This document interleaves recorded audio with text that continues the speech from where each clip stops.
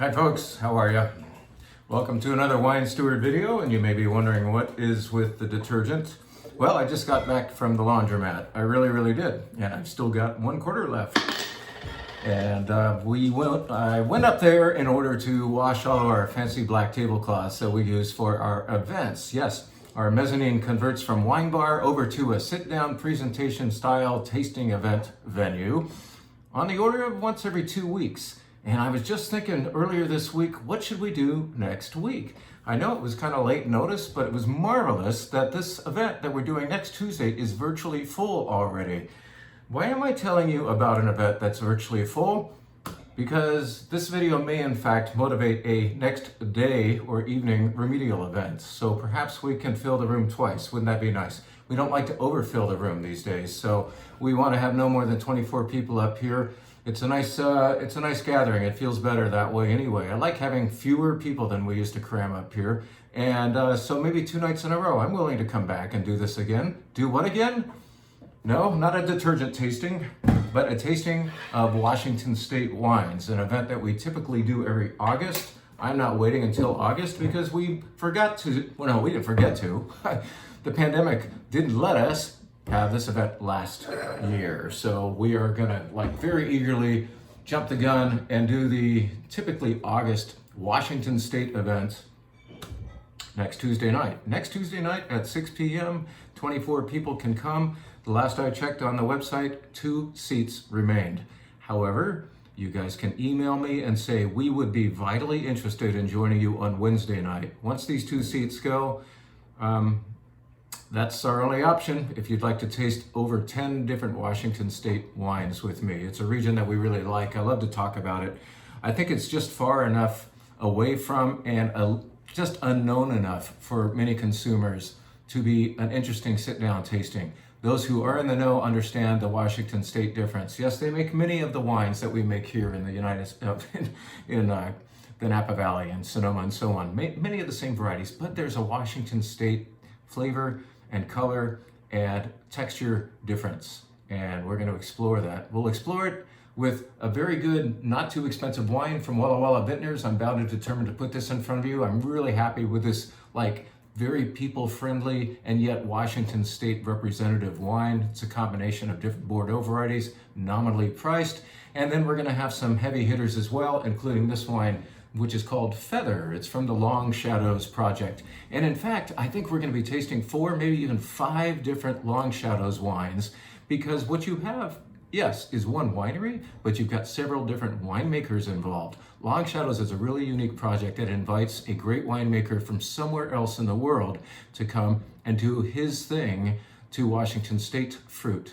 So in other words, Randy Dunn of Howell Mountain in the Napa Valley heads up to Washington State to make Feather Cabernet. This is a Randy Dunn made Washington State Cabernet. How cool. We may taste a wine called Pirouette. I'm still deciding. Pirouette is another wine. It's a kind of a Bordeaux blend, higher end than this, from Long Shadows. And that wine is made by none other than Philippe Melka. So there are some names that give credibility to this winery, but once you taste the wines, you'll realize it's not just name, it's quality, and it's a very cool project. Don't you think that this one winery gets a little more, gives Washington State in general a little more credibility with greatness coming from afar to render the wines there. So that will happen. What else? We might surprise. I am still deciding what the lineup is. I'm going to get a bottle of this Grenache that I've always liked, open ahead of time and decide, is this part of the lineup? I know I'm going to end up with too many ideas, and we're going to have to whittle down the list a little. So I'm seeing somebody today with a couple more Washington State pours to make some decisions. It's happening one more time in another vendor appointment.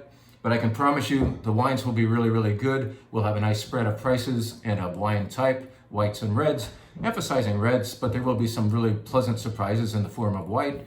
And then if you would like, you can also order the cheese and meat platter that Dawn Spray will put together for you. We talk before every event and kind of decide what kind of cheeses and meats are going to work with this type of wine tonight, Dawn, and she'll have ideas and I'll have my input as the wine dude, and we'll just come up with something really delicious for you. So that is going to happen next Tuesday and perhaps next Wednesday. I know Tuesday's going to sell out. It's right on the verge. So don't delay in emailing me to encourage me to do a second night. Even if we only get to 14 people, that's one bottle's worth of people instead of two. I will happily come back and take good care of the disappointed. All right? So Tuesday and maybe Wednesday, I have a feeling it's going to happen. It's going to be delicious. Washington State, here we come. Alrighty, what do we want to talk about today besides our upcoming events, or plural events? How about just one little thought about temperature?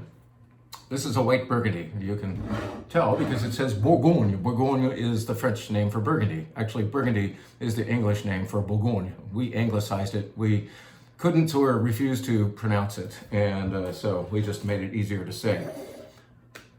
White Burgundy, it's known by many of you who love it, is best not freezing cold, right? We know about glass shape as well. I would like to give you 2 hints on how to drink delicious white Burgundy.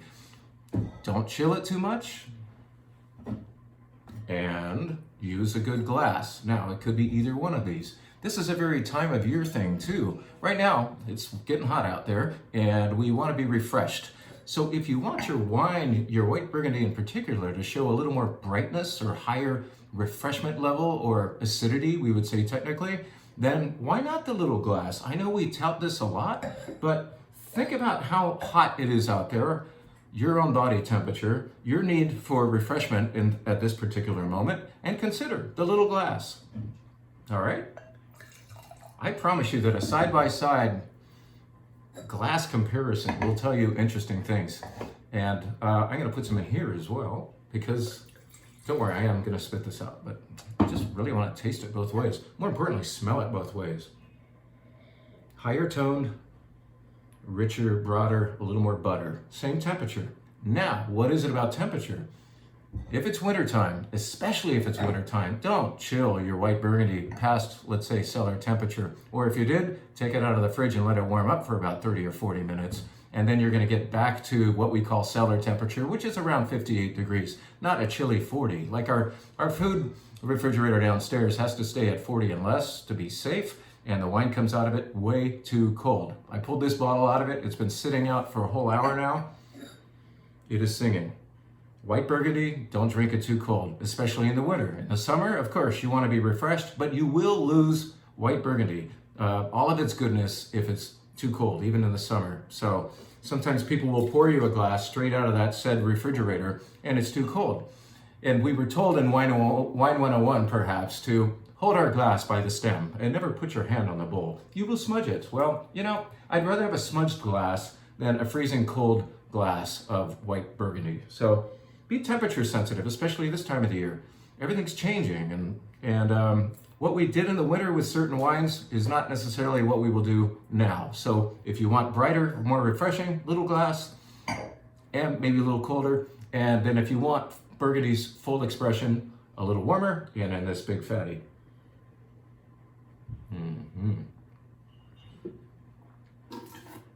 This is not on the wine bar this weekend. This is for me.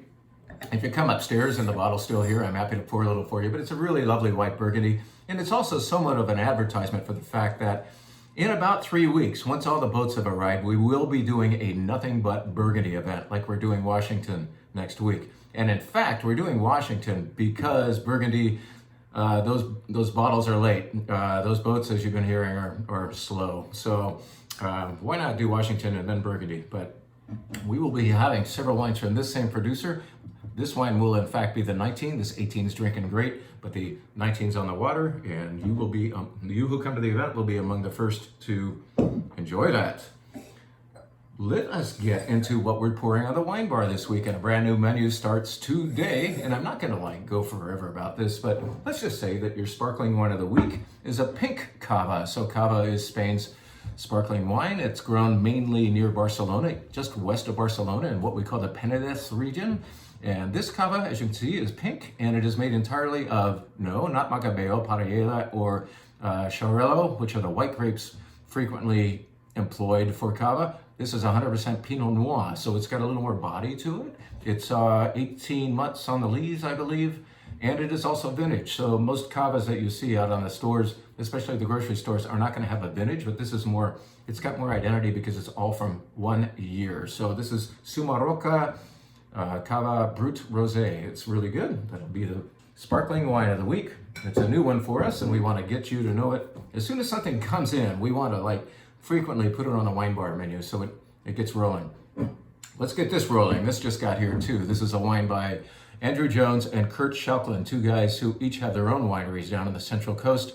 And if you've been to Tin City and Paso Robles, you've encountered the wines of Sans Liège and Field Recording. So those are those two dudes. Well, this is a partnership wine, and they got this whole line of wines called Fabulist. They're inexpensive, really good. We just brought in 4 different wines: Tempranillo, I believe Zinfandel Pinot Noir, and this Albarino, and this is Central Coast Albarino that I've never had before. Really like it. It's got a little bit of what they call pétillance, so when you pour it, you smell just a little bit of gas, and when you have it in your mouth, yeah, there is a prickle to it. It's intentional. That's the way that they wanted to do it to make it a little more refreshing. So try this Fabulist Albarino from the Central Coast if you want to be refreshed. This is a wine we will serve very cold. You want your Albarino colder than your white Burgundy. How about this? This is our Rosé of the Week. Pretty cool label. This comes from Sicily. Depicted on the label is a mermaid, which I would imagine has had corrective surgery, seems. Or maybe this is a mermaid in need of corrective surgery. Like, what's a mermaid supposed to be? But anyway, more importantly, this is made entirely of a grape called Frappato. Does it show? Yeah, Rosé di Frappato. See, there it is. From Sicily. Frappato exists mainly in Sicily and hardly anywhere else. It's a mild-mannered red grape. It doesn't really give a lot of color to the reds that it makes, so that makes it incredibly eligible for a pink. I already had this morning, I must confess, but I must celebrate Spain's movement on to the quarterfinals of the Euro Cup, so why don't I do that with some Sicilian rosé? I don't know why, but oh, this smells nice. A little bit of tobacco, cherry, citrus.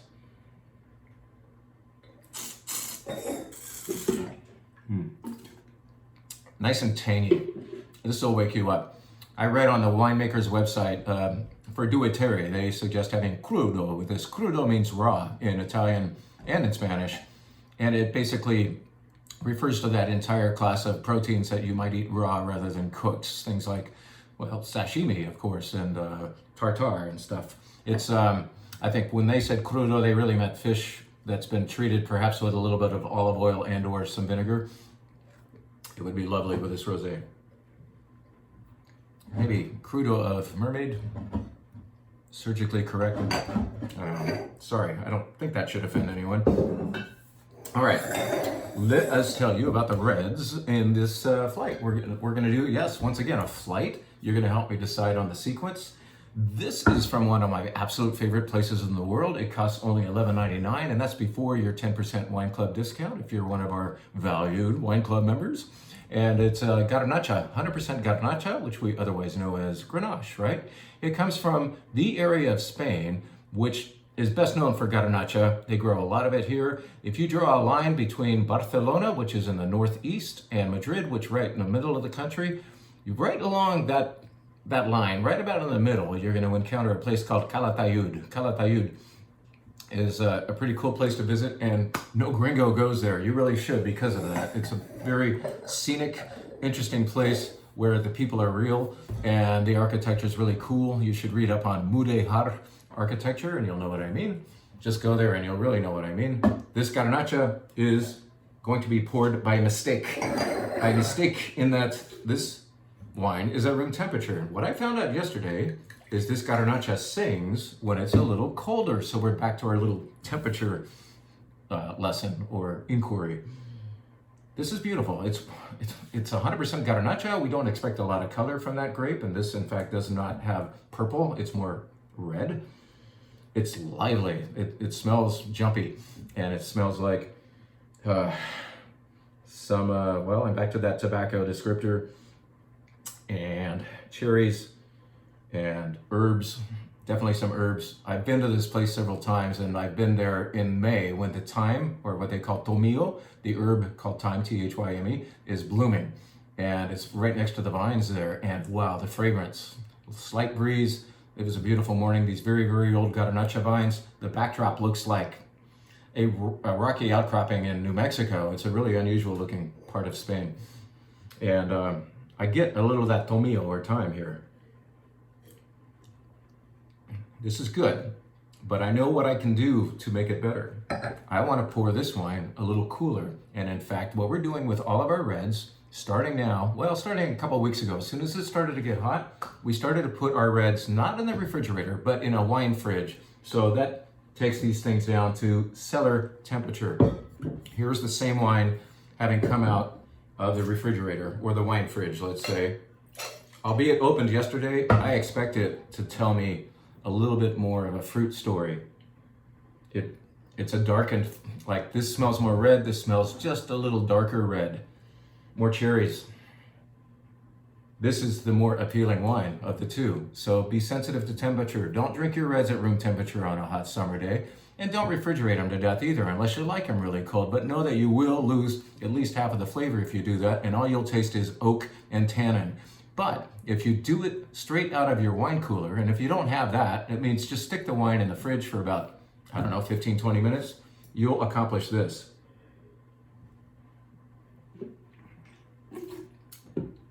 I love Calatayud Garnacha because the place is cool, because I've gotten to visit several times. I like it for its low price.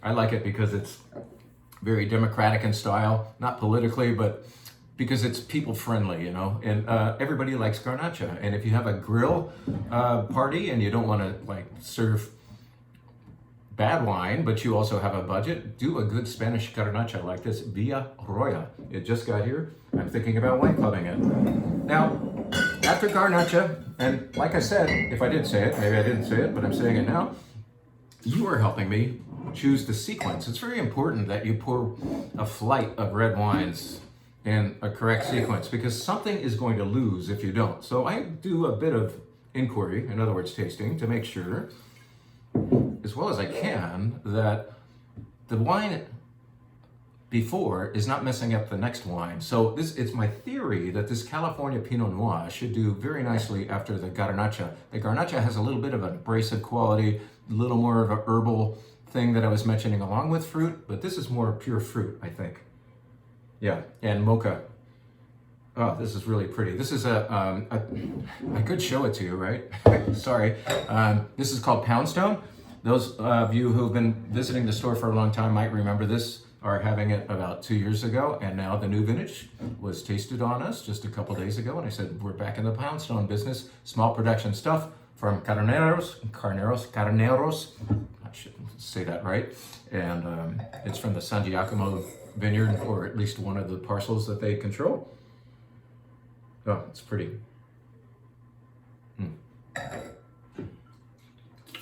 And you Pinot lovers know this. Pinot Noir is certainly a grape that you don't want to drink warm or at room temperature. Just a little bit of cool on it really makes the fruit pop. It's working on this. Lovely, lovely, lovely. I can't wait for the reaction to this wine. Well, where next? Let's theorize that a Tempranillo from Rioja should come next. Now, Tempranillo can be big and bold and dark, especially when it's coming from Toro or Ribera del Duero. But in this case, from Rioja, we are anticipating suave, sultry, mellow. So let's see if that's happening here, and then if it follows the Pinot Noir well. Well, there's the telltale oak that we anticipate from Rioja, besides Tempranillo flavors and tobacco. That's the word of the day, I guess. Tobacco and plum and dark cherry. Very inviting.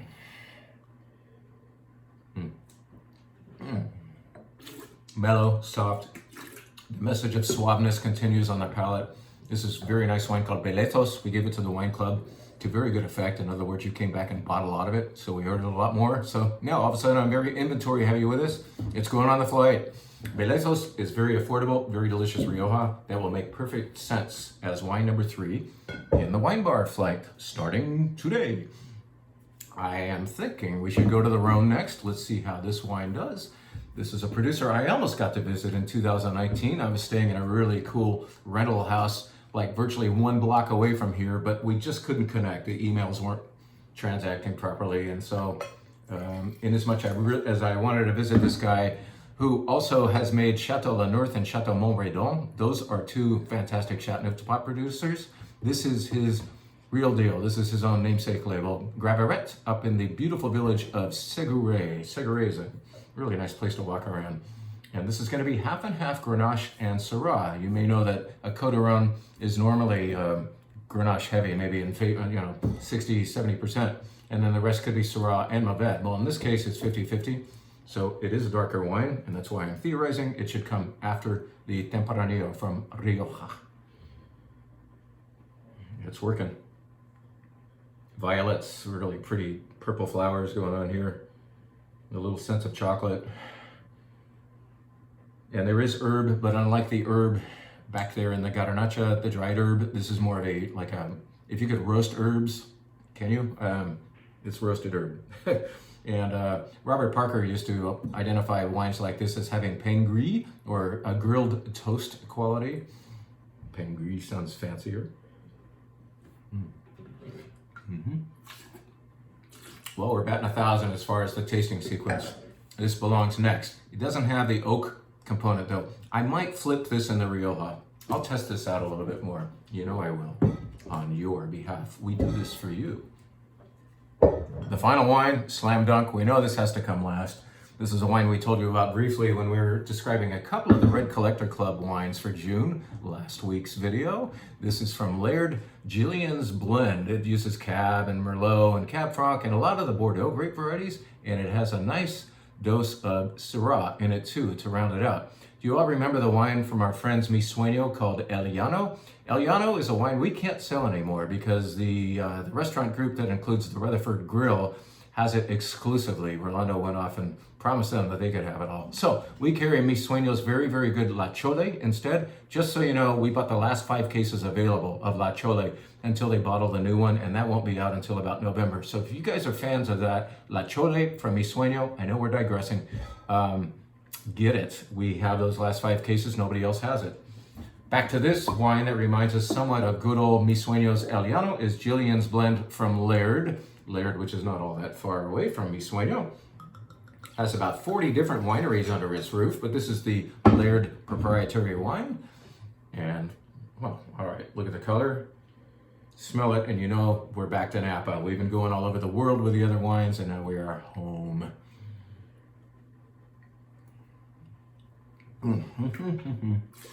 I don't even have to say anything. It's just going to make a lot of people happy, especially if you like a really nice California red. You can buy glasses of any one of these. You can have 2-ounce pours as a flight. Remember that I'm kind of iffy with my opinion of wine tasting. I really think people ought to drink wines by the glass to fully know every wine. So the nice thing about the flight is you can have or share a flight and then decide what glass you're going to enjoy of the 5 that you tasted. So that would be cool. Why don't you play it that way? Again, please email me if you are vitally interested in an add-on event for Wednesday involving Washington State wines. Thank you for listening, for watching. Thank you for everything you're doing with us. Thank you for your wine curiosity and your support of a local downtown independent business. Thank you for your wine club memberships. You sustain us. We appreciate it. Good luck finding parking this weekend, but try to get down here. We hope to see you. Thank you very much.